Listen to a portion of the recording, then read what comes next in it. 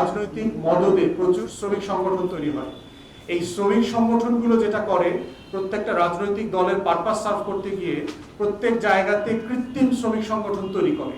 এই কৃত্রিম শ্রমিক সংগঠনগুলো যেটা করে, ন্যায্য দাবি দেওয়াতে সাহায্য না করে অন্যায্য চাঁদাবাজি এবং অন্যায্যভাবে মালিক পক্ষকে জিম্মি করে কিভাবে বাড়ি গাড়ি প্লট ফ্ল্যাটের মালিক হওয়া যায় সেই কাজগুলো করছে।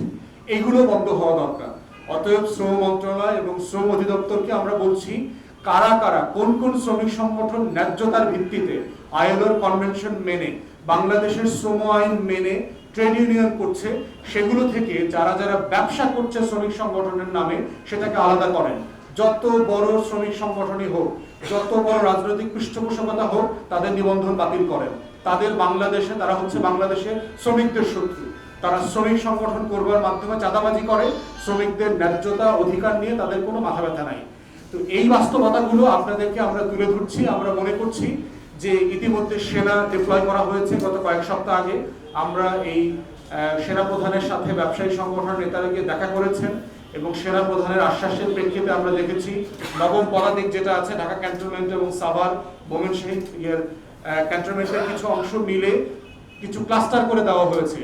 যে যে জায়গাগুলোতে আপনার আমাদের পোশাক শিল্প খাত আছে অথবা অন্যান্য ইন্ডাস্ট্রি আছে, তাদের নিরাপত্তা প্রোভাইড করবার জন্য আমরা এটাকে স্বাগত জানাই। সেনা সদস্যরা যেটা করছেন, আর একইভাবে শিল্প পুলিশ যে কাজগুলো করছেন এবং শিল্প ইন্ডাস্ট্রিয়াল যে ইন্টেলিজেন্স ইউনিট আছে তারা যে কাজগুলো করছেন, তাদেরকে আমরা স্বাগত জানাই।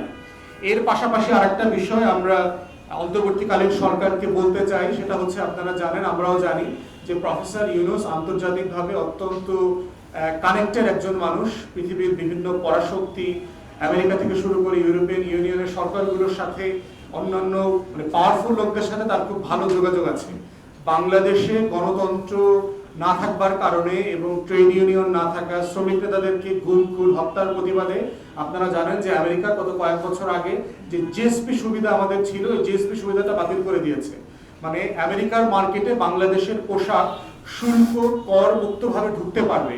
এই যে সুবিধাটা আমরা আগে পেতাম, এই সুবিধাটা বাতিল করে দিয়েছে। আমরা প্রফেসর ইউনূস এবং তার সরকারকে বলছি, আপনার সম্পর্ক, আপনার যে ব্যক্তিগত কানেকশনস আছে আমেরিকা এবং বিভিন্ন পলিটিক্যাল পার্টির সাথে, এটাকে ব্যবহার করে, কূটনীতিকে সর্বোচ্চ ব্যবহার করে আবার জিএসপি সুবিধাটাকে ফেরত নিয়ে আসেন। এটা বাংলাদেশের অর্থনীতিকে একেবারে মোড় ঘুরায় দিবে। আপনারা জানেন যে পোশাক শিল্প থেকে আমরা এখন 40 থেকে 48 বিলিয়ন ডলার রপ্তানি করি। যদি আমেরিকার মার্কেটে এটা আমরা শুল্ক মুক্তভাবে ঢুকতে পারি, এটা এক বছরে দ্বিগুণ করে ফেলা সম্ভব, 100 বিলিয়ন ডলার পার করে ফেলা সম্ভব। এটা সিরিয়াস নেগোসিয়েশন করেন। আপনার সকল যে টুলস আছে, নেগোসিয়েশন টুলস যেসব দেশে আছে, এগুলো ব্যবহার করেন। আপনি কয়েকদিন পরে জাতিসংঘে যাচ্ছেন, নিউ ইয়র্কে যাচ্ছেন, আপনি স্টেট ডিপার্টমেন্ট, হোয়াইট হাউস থেকে শুরু করে যেখানে যেখানে দেখা করা দরকার, ওখানকার ট্রেড এন্ড কমার্স ডিপার্টমেন্ট যেগুলো আছে তাদের সাথে বসে জিএসপি নেগোশিয়েট করেন। কংগ্রেসে যাদের সাথে বসা দরকার, বাইপার্টিজান একটা মিটিং করার সুযোগ থাকলে সেটা করেন।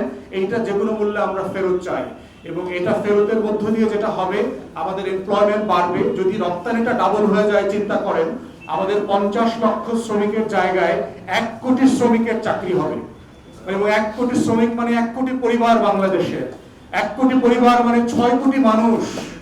মানে এই যে একটা অর্থনীতির বেহাল দশায় আমরা আছি, হাসিনার ফ্যাসিবাদ যে আমাদের অর্থনীতির প্রত্যেকটা চাকা এবং প্রতিষ্ঠানকে ধ্বংস করে দিয়েছে, এই অর্থনীতি আবার ঘুরে দাঁড়াবে যদি একটা কাজ আপনি করতে পারেন। তো আমার বিনীত অনুরোধ, এই গভর্নমেন্ট যারা চালাচ্ছেন, প্রফেসর ইউনূসের প্রতি ইন পার্টিকুলার, আপনারা জিএসপিটাকে ফেরত নিয়ে আসার জন্য যা যা করণীয় সবকিছু করেন। ইউরোপিয়ান ইউনিয়নের মার্কেটে জিএসপি প্লাস ফ্যাসিলিটি পাওয়ার জন্য যা যা করণীয় দরকার সেটা করেন, ইমিডিয়েটলি করেন, যে কোনো মূল্যে করেন। এইটা আমাদের অর্থনীতির সলিড ফাউন্ডেশনকে অনেক আরো মজবুতির দিকে এগিয়ে নিয়ে যাবে।